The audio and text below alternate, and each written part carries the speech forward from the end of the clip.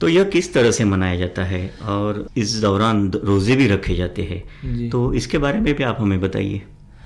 اصل میں روزے کے تعلق سے تو یہ مشہور روایت ہے کہ مذہب اسلام میں یعنی کہ ہمارے پیغمبر صلی اللہ علیہ وسلم مکہ سے ہجرت کر کے جب مدینہ تشریف لائے، یعنی کہ 2 ہجری میں جب آپ نے سفر کیا اس کو ہجرت کہتے ہیں. مکہ چھوڑ کر مدینہ آئے اسے ہجرت کہتے ہیں. اچھا. جب آپ وہاں تشریف لائے تب سے ہجری شروع ہوئی. تو 2 ہجری میں روزے جو ہے فرض ہوئے، مگر اس سے پہلے جو روزہ فرض تھا جو محرم کا مہینہ ہوتا ہے جسے ہم عاشورہ کہتے ہیں، اچھا. عاشورے کے روزے فرض تھے، مگر اس کی فرضیت کو جو ہے اٹھا لیا گیا. اس کے بعد پھر یہ رمضان المبارک کی جو فرضیت ہے کہ آپ کو رمضان میں روزے رکھنے ہیں، شہر رمضان الذی انزل فیہ القرآن، قرآن پاک میں یہ آیت نازل کی گئی کہ مسلمانوں پر رمضان کے مہینے کے جو روزے ہیں وہ فرض ہیں.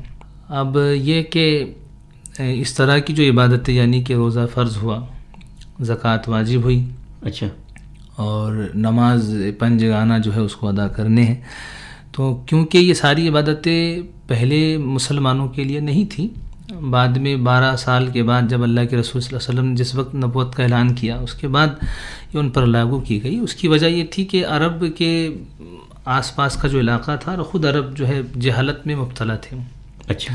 ہاں، ان ایجوکیٹڈ تھے اور بری رسومات جو ہے مطلب اپنے اپنے طور پر ان میں موجود تھی، جیسا کہ خواتین عورتوں کی عزت نہ کرنا، جہالت مہمان نوازی نہ کرنا اور روپیے پیسوں کو غصب کر لینا.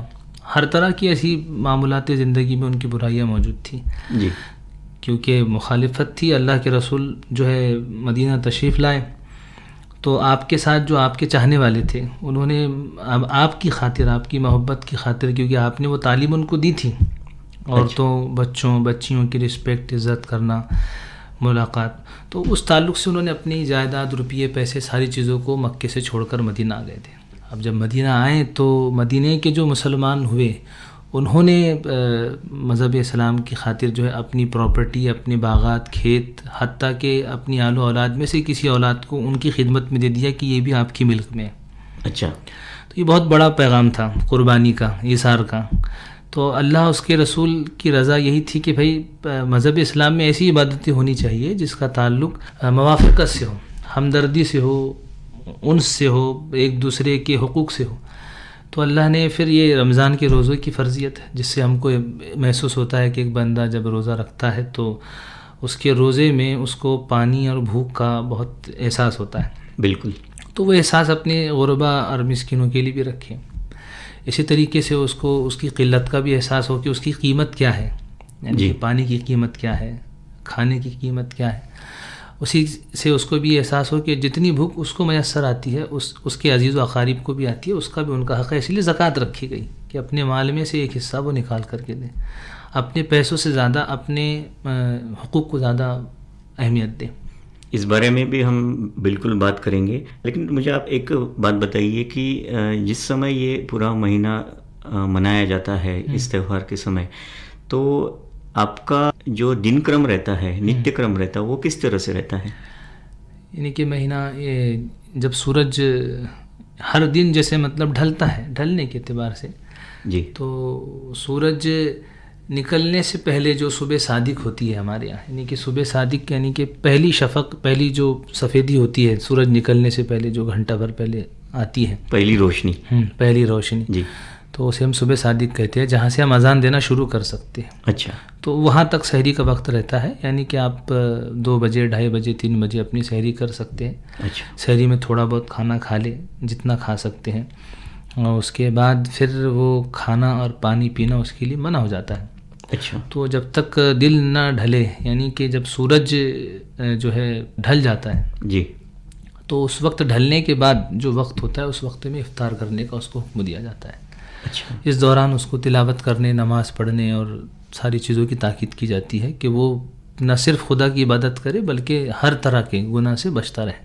اسی کا نام روزہ سمجھا جاتا ہے. اب مجھے ایک اور بات بتائیے کہ عید الفطر کے اوسر پر پورے مہینے اللہ کی عبادت کی جاتی ہے. ہم آپ سے جاننا چاہیں کہ اسلام میں اللہ کی عبادت میں کیا راز ہے؟ اصل میں حالانکہ مسلمانوں کو اور مومنین کو یہی حکم دیا گیا کہ وہ خدا کی عبادت کرے یا سجدہ کرے، رکوع کرے، یہ سب خدا کی عبادت ہے. یعنی کہ کعبے کو کہ طواف اور زکوٰۃ دینا بھی عبادت ہی ہے، روزہ رکھنا، لیکن اس عبادت کی فرضیت کے ساتھ ساتھ قرآن میں بہت ساری جگہوں پر عبادت کے ساتھ ساتھ اللہ تبارک و تعالیٰ کی عبادت کے ساتھ اور دوسری چیزوں کو ذکر فرمایا، جی جس پر بہت کم لوگوں کی نگاہ ہوتی ہے. مثال کے طور پر نماز کا ذکر کیا گیا تو ارأیت الذی یکذب بالدین فذلک الذی یدعو الیتیم ولا یحض علی طعام المسکین. اب اس کے آگے نماز کا ذکر کیا گیا، جی لیکن نماز سے پہلے یدعو الیتیم یعنی کہ یتیموں کو دعوت دے، کھانا کھلائیں، اچھا، اور غربا فقراء کا خیال رکھے، ان کے حقوق ادا کرے. تو نماز کا تعلق جو ہے اس سے بھی مذہب اسلام میں رکھا گیا ہے کہ مطلب وہ خدا کی عبادت کرتا ہے تو جب اللہ سے محبت کرتا ہے تو مخلوق کے لوگوں سے بھی محبت کرے، یعنی کہ اللہ نے جس انسان کو پیدا کیا اس سے بھی محبت کرے. تو اسی لیے قرآن میں یہ بھی کہا کہ لیس البر، کہ نیکی نہیں ہے ان تولوا وجوہکم قبل المشرق، یعنی کہ کعبے کی طرف کھڑے ہو جانا، منہ کرنا اور پریکٹیکلی کھڑے کر لینا، یہ نیکی نہیں ہے. نیکی یہ ہے کہ آپ دل سے اللہ کی بارگاہ میں جو ہے ایمان لائے فرشتوں پر، کتابوں پر، اور ساتھ ہی ساتھ اپنے مال کو صحیح جگہ خرچ کرے.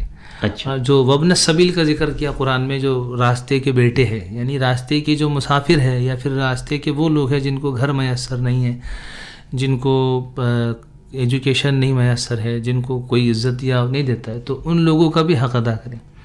اس کا ذکر بھی قرآن پاک میں صراحتاً دیا گیا، یعنی کہ اللہ کی عبادت کے پیچھے یہ راز ہے کہ اگر وہ مسجد میں آئے تو اپنے آپ کو ہر کسی کے برابر سمجھے، جی ہر کسی کو رسپیکٹ دے.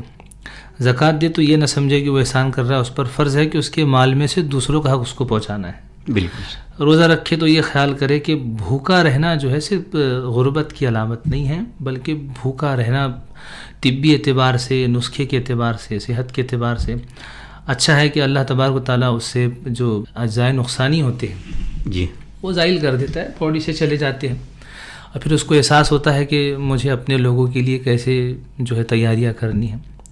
تو ہر عبادت کے پیچھے مذہب اسلام میں ایک ریزن ہے کہ اس ریزن میں مطلب اس کو انسانیت کو اور اپنے گھر، اپنے بھائی بہن، ان لوگوں کے حقوق کو ترجیح دینی ہے. یہ راز ہے اللہ کی عبادت میں. کوئی عبادت مذہب اسلام کی ایسی مطلب نہیں ہے کہ خالی آپ سجدہ یا رکوع ایسا کر لو اور اس میں نسل انسانی یا خاندان یا چھوٹے بھائی بہن یا کسی پڑوس والے کا اس میں کوئی تعلق یا ذکر نہ ہو. ضرور ہے. مولانا صاحب، جب روزے رکھے جاتے ہیں تو بہت بار ایسی بھی کچھ پرستھتیاں آ جاتی ہو کہ کوئی ویکتی بیمار ہے یا کسی کارن سے وہ نہیں رکھ پاتا ہے، تو اس سمے دیکھیے، حالانکہ یہ جو سوال ہے یہ بہت طویل سوال ہے. اس میں مطلب اس کوشچن میں مطلب کئی سارے آنسر نکلتے ہیں، لیکن اس کو شارٹ جیسا آپ اگر سمجھ لیں تو مذہب اسلام نے کہا کہ بھئی اگر، کیونکہ اس زمانے کے جو سفر تھے اس کے مطابق مسئلے کی جو ہے رویت یعنی کہ اس کا چہرہ بیان کیا گیا کہ اگر کوئی سفر میں جاتا ہے تو ہمارے یہاں سفر کا جو تعلق ہے یعنی کہ اس کی میعاد، اس کی جو لینتھ ہے، لمبائی جو ہے، یعنی کہ وہ کم سے کم 90 سے 100 کلومیٹر ہے. جی، یعنی کہ اس کے باہر اگر وہ جاتا ہے تو وہ مسافر ہوگا. اس سے پہلے اگر ہے تو وہ مسافر نہیں ہے، اور اگر وہ مسافر ہے تو اس کو اجازت ہے کہ وہ روزہ ترک کر دے. لیکن پھر جب رمضان گزر جائے تو اس کا کوئی دن اگر اس کو جو وقت ہوتا ہے وہ فوراً اس سے روزہ کر کے اس کا اعادہ کر لے.